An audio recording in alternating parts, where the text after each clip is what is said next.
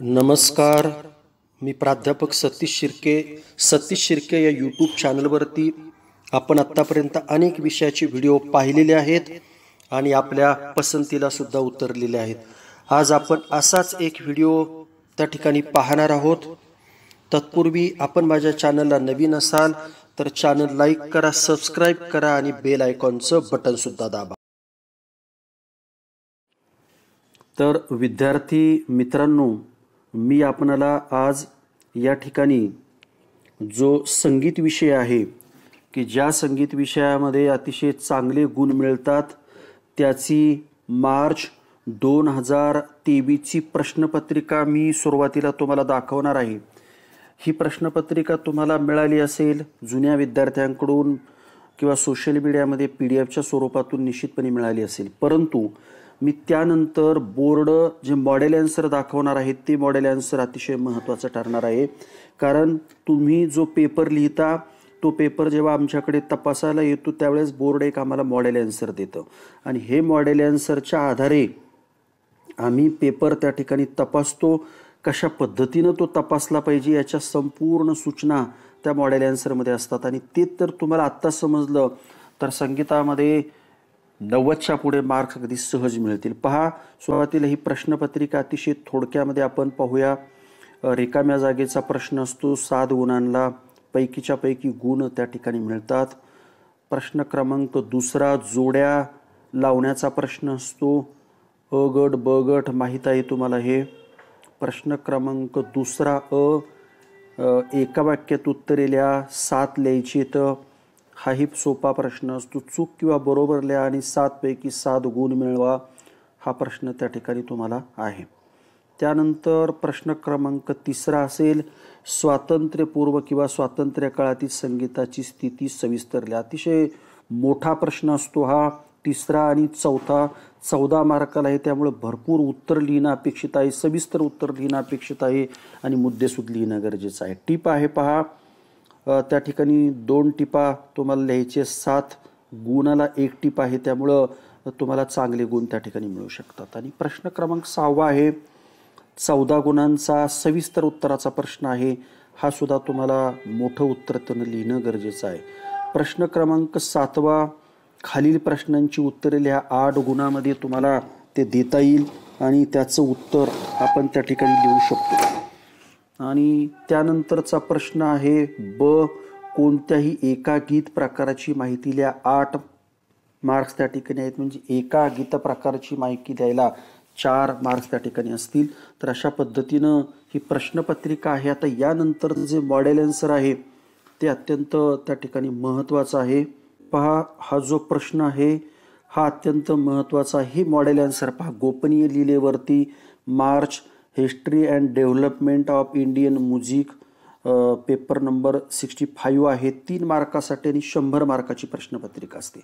पहा, तुम्ही जेव्हा पेपर आमच्याकडे येतो त्यावेळेस शिक्षकांनी पेपर तपासताना कोणत्या सूचना त्या ठिकाणी ग्राह्य धरल्या पाहिजेत तर हे पहा, ह्या सूचना आमच्यासाठी दिलेल्या असतात. तुम्ही याचा स्क्रीनशॉट काढू शकता, व्हिडिओ स्टॉप करू शकता आणि पाहू शकता. तर हे निश्चितपणे एकदा सूचना तुम्ही वाचा.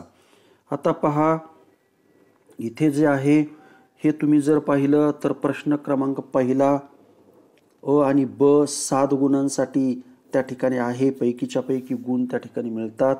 प्रश्न क्रमांक 2 आहे 7 गुणांसाठी.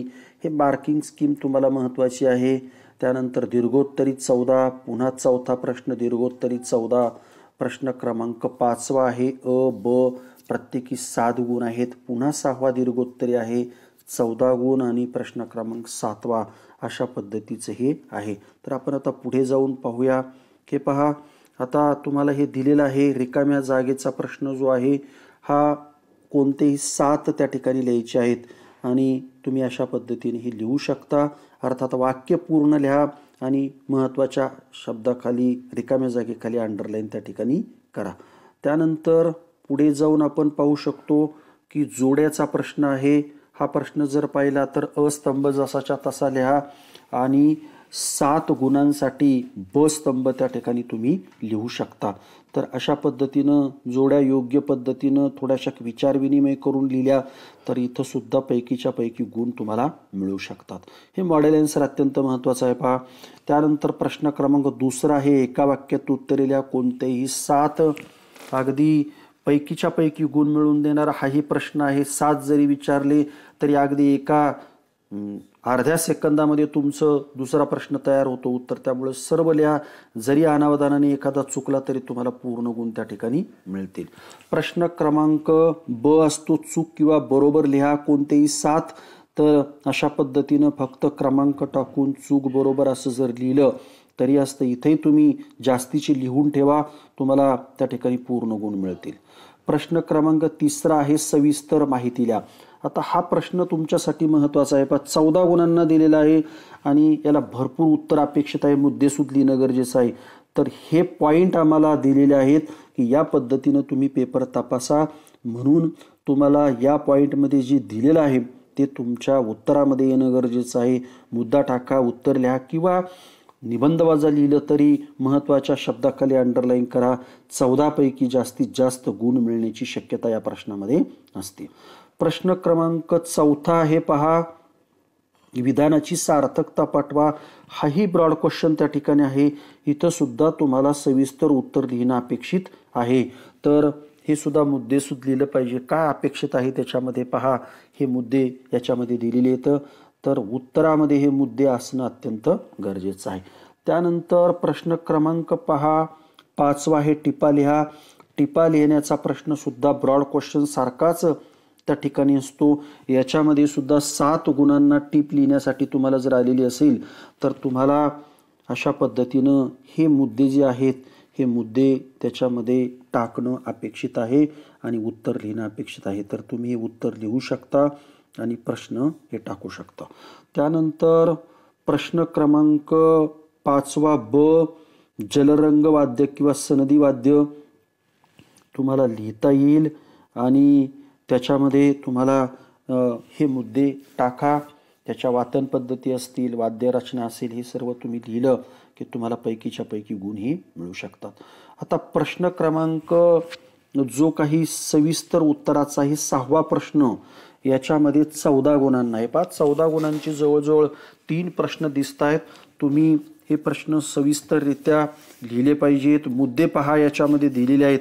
निबंधवाजा असून यामध्ये आधुनिक संगीत शिक्षणात वैज्ञानिक साधनांचा झालेला उपयोग, म्हणजे निबंधवाजा जरी असला तरी तुम्ही काय करा, यामध्ये महत्त्वाचे शब्द जे असतात उत्तरामध्ये त्या शब्दाखाली अंडरलाईन करून तुम्ही त्याचं उत्तर पूर्ण करू शकता.